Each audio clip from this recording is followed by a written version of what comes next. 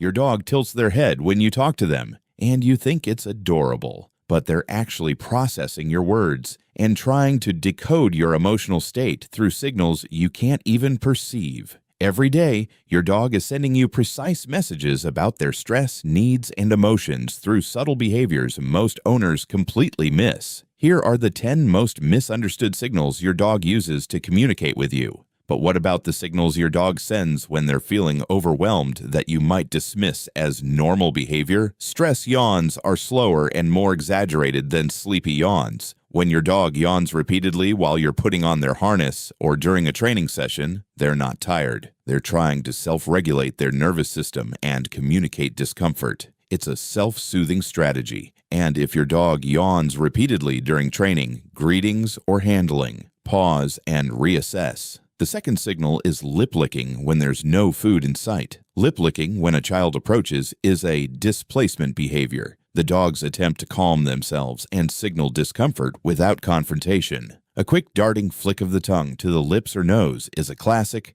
"I'm a little unsure about this" signal. You might think they're just being cute, but they're actually asking for space. Third is whale eye, when a dog turns their head away but keeps their eyes fixed on what's worrying them, revealing the white sclera. This is not curiosity, it's vigilance. Whale eye is not dramatic. It's often brief, but it matters. When you see those white crescents around your dog's eyes, they're monitoring a threat while trying to avoid direct confrontation. Fourth is panting when your dog isn't hot or hasn't been exercising. Rapid, shallow panting is especially telling that there's something else going on. Dogs who are stress panting may also show other signs of distress, such as a tense body, pinned back ears, dilated pupils, and a tucked tail. This isn't thermoregulation. It's anxiety manifesting physically.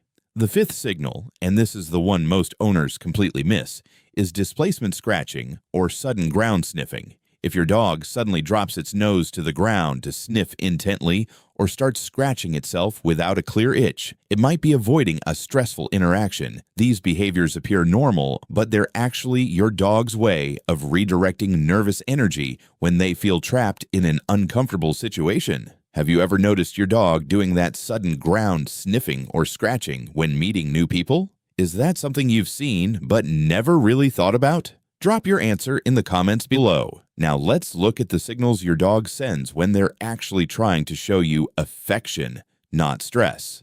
When your dog brings you a toy, they're not just wanting to play. Dogs indicate the location of their toy more often when their owner did not know where the reward was hidden compared to when their owner was knowledgeable. This is intentional communication. They're trying to share information with you about something they value, testing whether you understand their world. Strategic positioning is the seventh signal. Your dog doesn't randomly choose where to sit or lie down near you. When they position themselves between you and the door, or always on your left side during walks, or in that specific spot where they can see both you and the entrance, that's deliberate communication about their role and their needs. They're telling you about their comfort zones, their protective instincts, and their trust levels. Eighth is the timing of their eye contact. The context and duration matter far more than the look itself. Dogs who seek eye contact right after completing a task are asking for acknowledgement.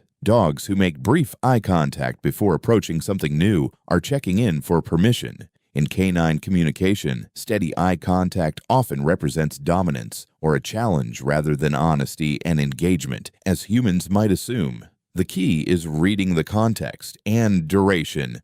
Ninth is vocalization timing that has nothing to do with barking for attention. The soft whine when you pick up your keys isn't just excitement, it's anticipatory communication about their expectations. The quiet grumble when they're settling down isn't complaint, it's contentment vocalization. The timing of these sounds in relation to your actions reveals their emotional processing of your behavior patterns. The 10th signal, and this is the one that changes everything once you notice it, is their physical touch seeking behavior. Not jumping or demanding attention, but the subtle lean against your leg, the gentle paw, placement on your foot, or the way they position themselves so just their back is touching you while they sleep. This isn't random contact.